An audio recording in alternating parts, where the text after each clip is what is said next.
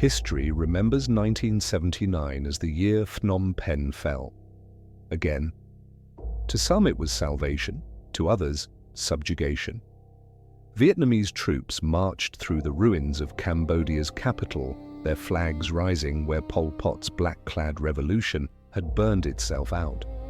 For the starving, the broken, the survivors of the killing fields, the sight of soldiers offering rice and medicine felt like deliverance. Yet beneath the relief lurked an older fear. The shadow of Vietnam's long reach across Cambodia's borders, a reminder of centuries of uneasy brotherhood and bitter rivalry. This is the story of two nations bound by geography and torn by ambition. Vietnam, shaped by its wars of resistance, saw itself as the savior of a neighbor consumed by madness. Cambodia, wounded and wary, saw another empire's boots on its soil. Between the two lay a question that time has never fully answered. Was this liberation or invasion? In the fog of history, where politics and survival intertwine, truth becomes elusive. What remains clear is the cost, in lives, in faith, in memory. This is where liberation met occupation, and where the shadows of both still stretch across the land. The river that divides Cambodia and Vietnam has always been more than a border. It is a wound, a mirror, and a memory. The Mekong carries with it the silt of centuries, the bones of kings, the ashes of empires, and the whispers of 1,000 forgotten wars. To those who live along its banks, it is both giver and taker, a lifeline that connects two nations bound by blood, yet scarred by betrayal. Long before modern armies and foreign flags, Cambodia and Vietnam were neighboring civilizations shaped by vastly different destinies.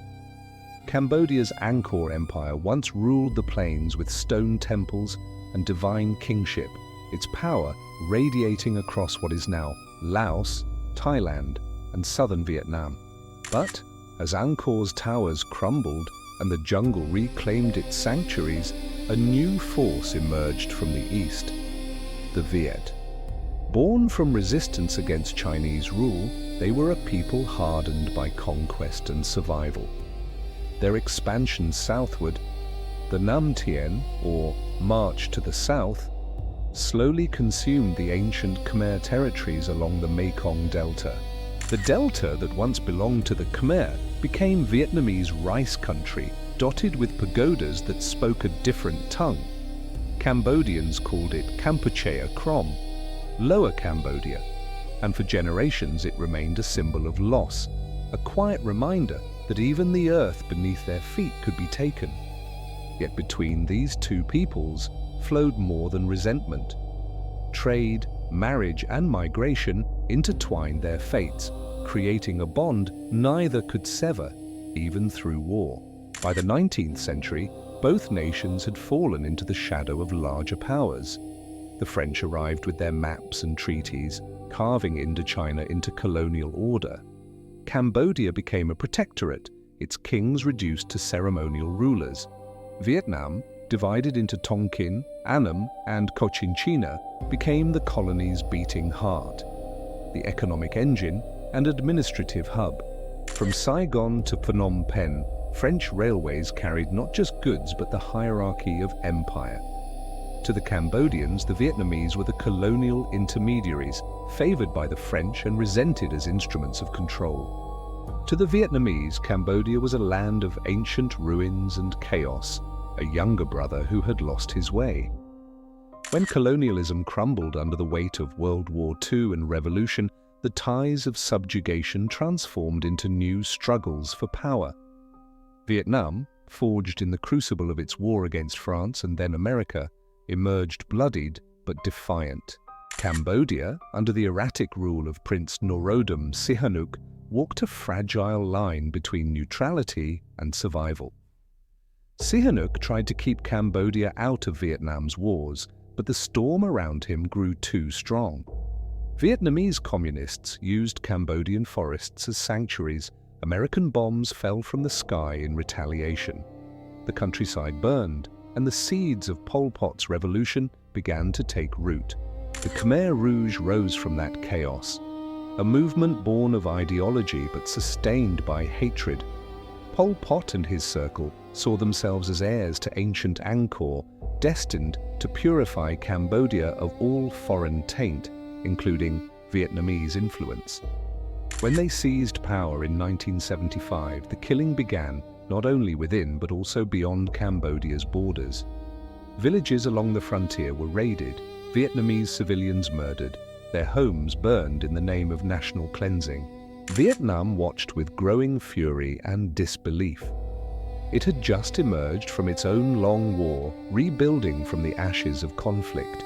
Yet its new neighbor seemed determined to drag it back into bloodshed. The Khmer Rouge called the Vietnamese imperialists, parasites, and hereditary enemies. For Pol Pot, the invasion of Vietnamese villages was both revenge for centuries of loss and a way to unify his people through hatred. For the Vietnamese, it was a provocation they could not ignore. Between 1977 and 1978, the border became a nightmare. Farmers harvesting rice were shot without warning. Vietnamese families fled burning homes as black uniformed Khmer Rouge soldiers swept through, leaving nothing alive. Hanoi's leaders debated their response. To retaliate meant war, to ignore it meant weakness. In the end, the decision was made not out of desire but necessity. The invasion would come, not as conquest, they told themselves, but as liberation from insanity. In the late months of 1978, as monsoon rains faded and the air grew heavy with dust, the Vietnamese People's Army began its march west. Columns of tanks rolled through the border under the cover of fog. Soldiers carried not only weapons, but sacks of rice, for they had been told that the people they would meet were starving. To many, it was a mission of mercy as much as strategy.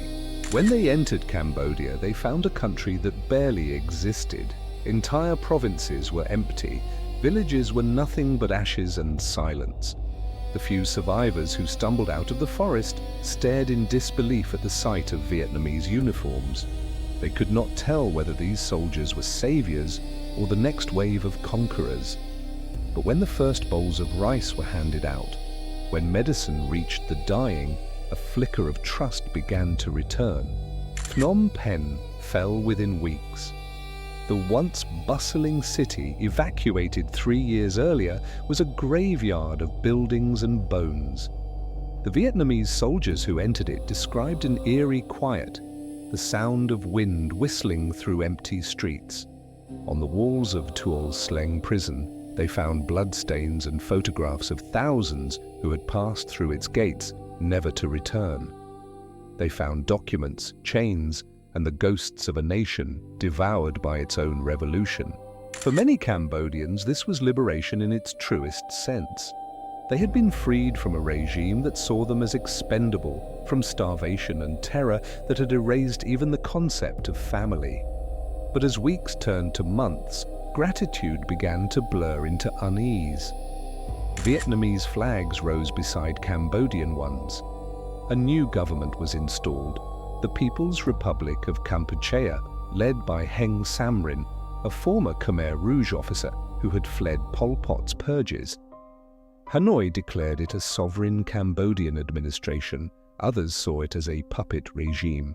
Across the countryside, Vietnamese advisors appeared in local offices, schools, and military posts. The presence of their soldiers lingered, not as liberators now, but as an occupying force. For a people who had fought for independence from every empire that touched their soil, even the hand that fed them could feel like a chain. Meanwhile, in the mountains and jungles near the Thai border, Pol Pot's black-clad remnants rallied once more. Supported by China and indirectly tolerated by the West, they vowed to reclaim Cambodia. Their slogans changed, but their violence did not. Mines were laid along roads, convoys were ambushed. In the fog of post-war Cambodia, the line between liberation and occupation faded completely. In Phnom Penh, life began to stir again. Children played in the ruins, monks returned to their pagodas, and markets reopened in the shadow of bombed-out buildings. Yet the air was heavy with suspicion. Cambodians whispered about the new Vietnamese masters. Some believed Vietnam had saved them. Others believed Vietnam had simply replaced one tyranny with another. History, it seemed, was repeating itself. Only this time, the conqueror came bearing food instead of fire. The Mekong still flowed quietly through it all, indifferent to human borders. Its waters carried whispers of gratitude and resentment alike, the echo of two nations forever entangled. For Vietnam, the invasion had been a matter of necessity, an act of stability in a region teetering on the edge. For Cambodia, it became a question that still haunts its people. Did Vietnam come as brother or conqueror? When the smoke of war settled over Phnom Penh, the air was heavy with both relief and uncertainty. The Khmer Rouge had fallen, but peace did not feel like peace. Vietnamese soldiers patrolled the streets, their uniforms foreign against the grey dust of the capital. Banners proclaimed a new dawn, the People's Republic of Kampuchea. Yet beneath the slogans, Cambodia remained a nation in ruins. Its cities were silent, its countryside haunted, and its people too weak to celebrate their survival. Vietnam had achieved what no other force dared attempt. It had destroyed Pol Pot's murderous regime. Yet victory came with a burden that would stretch across a decade, the burden of rebuilding a country while being condemned by the world for doing so. In the eyes of Hanoi, this was not conquest, it was duty. The Vietnamese leadership believed it had saved a neighbor from madness and stabilized its own borders. But to many Cambodians, and to powerful nations beyond, it looked like something else, the beginning of another occupation. The new Cambodian government, led by Heng Samrin and supported by Vietnamese advisors, was tasked with restoring life to a land that had been emptied of it. Ministries reopened in shattered buildings. Rice distribution began under military protection.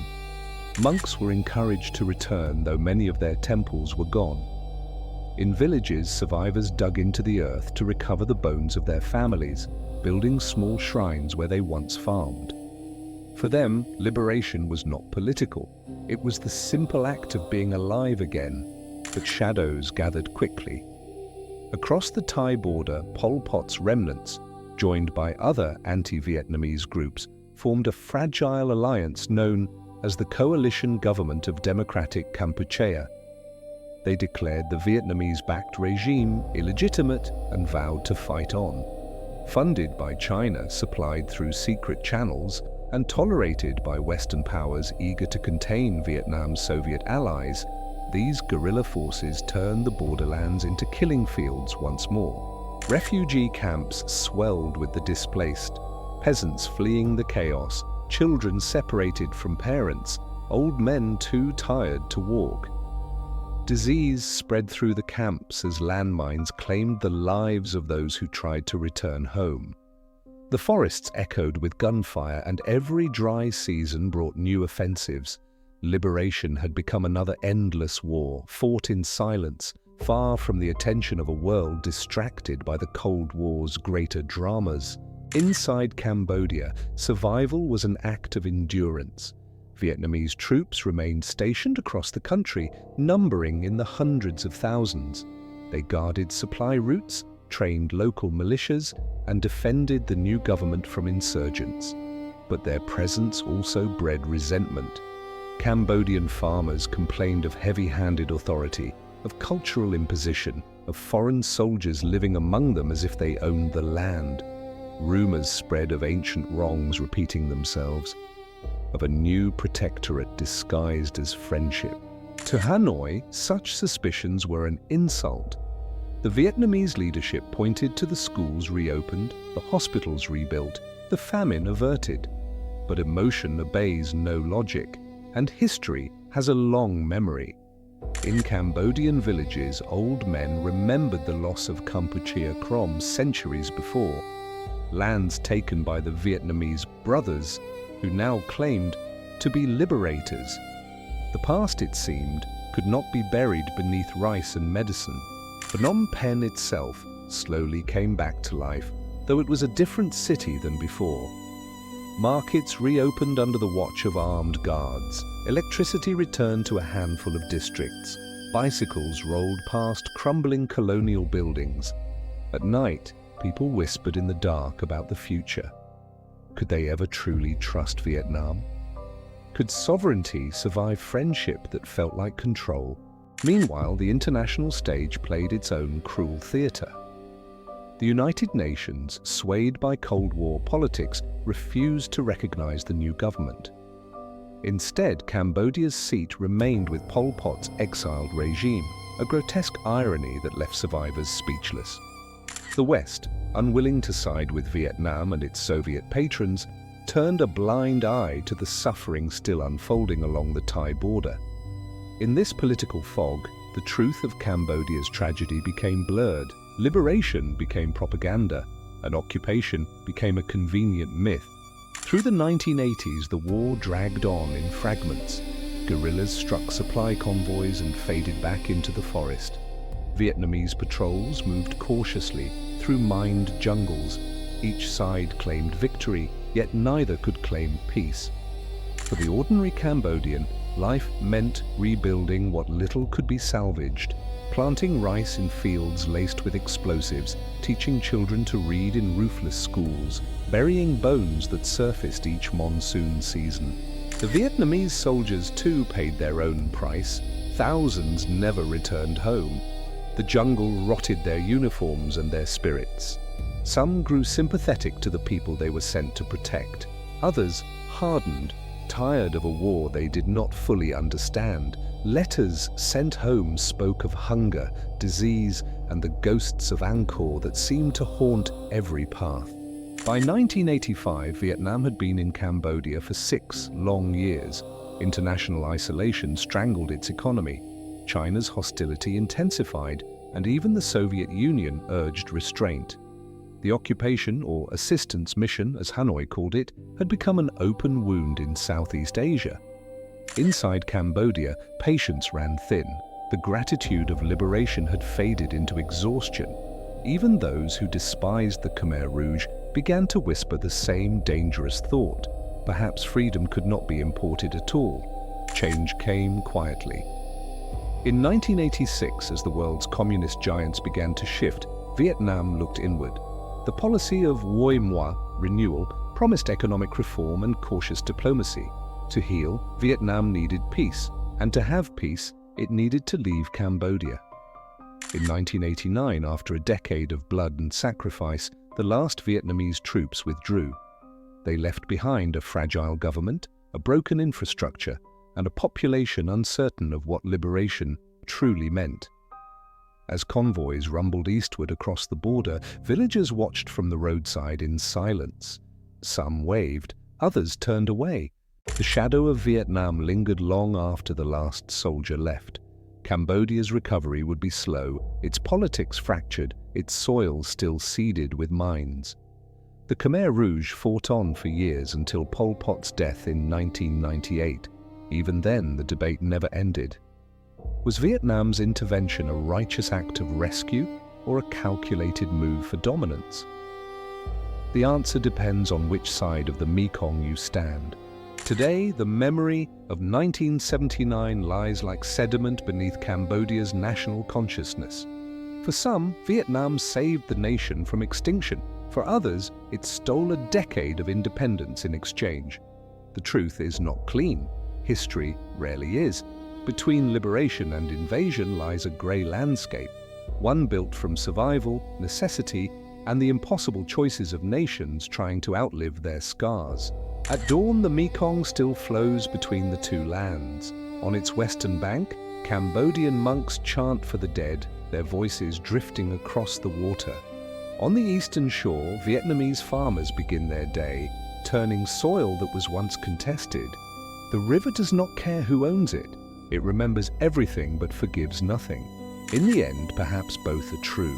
Vietnam came as liberator and invader, brother and rival, savior and occupier.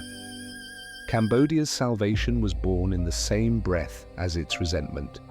Together, their histories form a single mirror, fractured, dark, and forever reflecting the question that refuses to die: was it liberation or invasion? Until next time, stay safe and see you in the next history.